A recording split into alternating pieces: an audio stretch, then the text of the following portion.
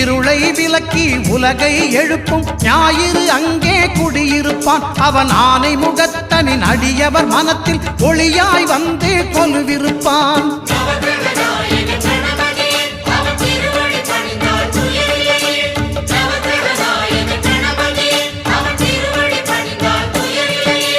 ஒன்பது கோளும் ஒன்றாய் காண